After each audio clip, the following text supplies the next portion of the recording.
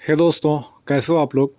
दोस्तों, आज की ये वीडियो ख़ास तौर से उन बंदों के लिए है जो बंदे ऑयल एंड गैस फील्ड में, रिफाइनरी फील्ड में काम करते हैं। ये वीडियो ख़ास तौर से उन बंदों के लिए है। अब ये वीडियो जो है ये स्पेशली किसी सेफ्टी पर्सन के लिए नहीं है। उस ऑयल एंड गैस फील्ड या रिफाइनरी फील्ड में जो भी कोई काम करता है उन सभी के लिए ये वीडियो उपयोगी होने वाली है। उन सभी को इस वीडियो में जो बातें बताई गई है उनको ये सारी बातें मालूम होनी चाहिए। ठीक है, तो पिछले कुछ वीडियोस मैंने बनाए हैं जिसमें कुछ क्वेश्चंस मैंने दिए हैं, उसके बाद उसके ऑप्शंस दिए हैं। ये भी उसी तरह से, लेकिन इसमें थोड़े से चेंजेस हैं कि क्वेश्चन तो होंगे लेकिन ऑप्शन नहीं होंगे। क्वेश्चन के बाद मैं पूरा उसका एक्सप्लेन करूँगा कि ये क्या चीज़ें हैं, और बहुत डीप तक मैं एक्सप्लेन नहीं करूँगा। ठीक है, तो आइए हम देखते हैं कि सबसे पहला सवाल हमारा क्या है। हमारा पहला सवाल है, हु इज़ कॉल्ड एजीटी, यानी कि एजीटी किसको कहते हैं, एजीटी कौन होता है। ठीक है, तो आइए हम इसका आंसर देखते हैं। AGT stands for authorised gas tester, यानी कि एजीटी का जो मतलब होता है, वही फुल फॉर्म होता है, वो ये है कि ऑथराइज्ड गैस टेस्टर। ठीक, जो गैस को टेस्ट करने के लिए ऑथराइज्ड है, ऊपर से परमिशन उसको मिली हुई है, अथॉरिटी उसको मिली हुई है कि हाँ भाई तुम गैस टेस्ट कर सकते हो, वो एजीटी होता है। इसका थोड़ा सा डिफिनेशन टाइप का उसको मैं आपको बताता हूँ। AGT is a person who appointed by employer to carry out atmosphere test in critical environment such as confined space, petrochemical and oil and gas plants to carry out work safely। यानी कि oil and gas plant, petrochemical और confined space में काम करने के दौरान किसी को कुछ नुकसान ना हो, काम हमारा सेफ्टी के साथ कंप्लीट हो जाए, उसके लिए हम गैस टेस्ट करते हैं। और एजीटी गैस टेस्टर को हायर किया जाता है एम्प्लॉयर के ज़रिए, ताकि इन सभी जगहों पर वो गैस टेस्ट कर सके। ठीक है, तो जब भी किसी बंदे को आ जाए एजीटी हायर किया जाएगा तो उनमें बहुत सारी चीज़ें चेक की जाएगी कि उसको इनफ जानकारी है कि नहीं है उन गैसों के बारे में जो उस प्लांट में, उस कन्फाइंड स्पेस में अवेलेबल हो सकती है। ठीक है ना, तो आप लोगों को क्लियर हो गया होगा कि एजीटी किसको बोलते हैं। ठीक है, तो आइए हम दूसरा सवाल देखते हैं। दूसरा सवाल है, why gas need to be tested, यानी कि गैस टेस्टिंग क्यों करनी चाहिए। ठीक है, जिसके थोड़े से पॉइंट्स हैं मैं आपको बताता हूँ। फॉर पर्सनल सेफ्टी, कि जो भी बंदा उस जगह पे, उस एरिया में, उस कन्फाइंड स्पेस में काम कर रहा है, उसकी सेफ्टी के लिए हम गैस टेस्ट करते हैं। दूसरा है एरिया मॉनिटरिंग, हम ये जानने के लिए कि हमारे एरिया में कौन कौन सी गैसें मौजूद हैं, कोई गैस मौजूद है या नहीं है, वो हम जानने के लिए हम गैस टेस्ट करते हैं। अगला है कन्फाइंड स्पेस एंट्री, यानी कि जब भी कोई बंदा कन्फाइंड स्पेस में काम करने के लिए जा रहा है तो हम कन्फाइंड स्पेस के अंदर कोई गैस अवेलेबल तो नहीं है, इसलिए हम वहाँ का गैस टेस्ट करते हैं ताकि हमारा जो बंदा जाए वो वहाँ पे सेफ़ रहे। या फिर अगर वहाँ पे गैस अवेलेबल है तो उसके लिए क्या प्रिकॉशनरी मेजर्स लेने, उसके अकॉर्डिंग वो बंदा अंदर जाएगा। उसके बाद अगला पॉइंट है लीक चेक, जो वहाँ पे स्टोरेज टैंक्स होते हैं या फिर कोई इक्विपमेंट होता है जिसके थ्रू हमारी गैस फ्लो हो रही है, तो वहाँ पे कोई लीक तो नहीं हो रहा, उसके लिए भी हम गैस टेस्ट करते हैं। ठीक है, हमारे पास साथ में पोर्टेबल गैस टेस्टर होता है, पर्सनल गैस डिटेक्टर होता है, जिससे हम चेक करते हैं मीन्स कि हम वहाँ पे आते जाते हैं तो उससे हमें पता चल जाता है कि कोई गैस लीक तो नहीं हो रही है। ठीक है, अगला है फॉर प्रोटेक्शन ऑफ इन्वायरमेंट, कि हमारे इन्वायरमेंट को, हमारे पेड़ पौधे को, हमारे एटमॉस्फेयर को कुछ नुकसान ना पहुँचे, उसके लिए भी हम गैस टेस्ट करते हैं।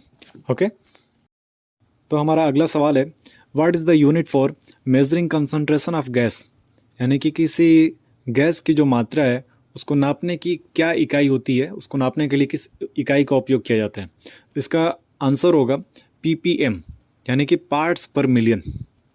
पीपीएम मीन्स पार्ट्स पर मिलियन। अब पार्ट्स पर मिलियन का मतलब क्या है वो समझने के लिए एक एग्जांपल आपको देता हूँ कि सपोज़ करें कि हमारे गैस डिटेक्टर में H2S 5 ppm शो कर रहा है, कि हमारा जो H2S है वो 5 ppm है। ठीक, इसका मतलब है 5 आउट ऑफ 1 मिलियन। ठीक, 5 आउट ऑफ 1 मिलियन, 1 मिलियन में 5। ठीक, 1 मिलियन अगर उसकी मात्रा है टोटल, तो उसमें जो 5 होगा वो वहाँ पे शो करता है। आई थिंक कि आप लोगों को क्लियर हो गया होगा कि 5 ppm का मतलब क्या होता है, ppm का मतलब क्या होता है, वो चीज़ आपको क्लियर हो गया होगा। ठीक है ना, तो आइए हम अगला सवाल देखते हैं। अगला सवाल है, व्हाट इज़ LEL, यानी कि LEL क्या होता है, LEL किसे कहते हैं। ठीक है, तो LEL का फुल फॉर्म होता है लोअर एक्सप्लोजिव लिमिट। अगर आप थोड़ा गौर करें तो इसका जो फुल फॉर्म है लोअर एक्सप्लोजिव लिमिट, यह खुद बताता है कि इसका क्या मतलब हो सकता है, क्या माने हो सकते हैं। हम लोग थोड़ा इसके डेफिनेशन के तौर पे या फिर थोड़ा और अच्छे से जानते हैं कि क्या होते हैं। तो इसकी डेफिनेशन है, LEL is the minimum concentration of flammable vapour which can burn at the presence of ignition source. यानी कि एलियल वो चीज़ है कि किसी फ्लेमेबल वेपर मिनिमम, कम से कम जो फ्लेमेबल का वेपर की मात्रा होगी, जो अगर कोई इग्निशन सोर्स उसको मिले तो वो जल जाए। ठीक, किसी फ्लेमेबल वेपर की वह मात्रा, मिनिमम मात्रा, जिसको अगर कोई इग्निशन सोर्स मिले, आग लगने या कोई चीज़ उसमें लगे तो वो जल जाए, उसको हम क्या बोलते हैं, एलियल, लोअर एक्सप्लोजिव लिमिट। और इसको भी एक एग्जांपल से हम समझते हैं। सपोज़ कीजिए कि H2S गैस है, अब वो कितनी परसेंट एटमॉस्फेयर में होगी और उसको कुछ इग्निशन सोर्स मिले तो वो जल जाएगी। तो इसका जो परसेंटेज है वो है 4.3। यानी कि अगर मिनिमम 4.3% H2S एटमॉस्फेयर में आए, मिले, और उसको कोई इग्निशन सोर्स मिले तो वो जल जाएगी। ठीक है, लेकिन अगर 4.3 से कम हो उसका परसेंट जो है H2S गैस का, अगर 4.3 से कम हो तो वो नहीं जलेगी। ठीक है, यही है LEL, लोअर एक्सप्लोजिव लिमिट। अगर इस 4.3 से कम हुआ तो वो आग नहीं लगेगी। ठीक है, आइए हम अगला सवाल देखते हैं। अगला सवाल है, व्हाट इज़ UEL। UEL, ठीक, यानी कि UEL क्या होता है। अब UEL का फुल फॉर्म क्या होता है, अपर एक्सप्लोजिव लिमिट।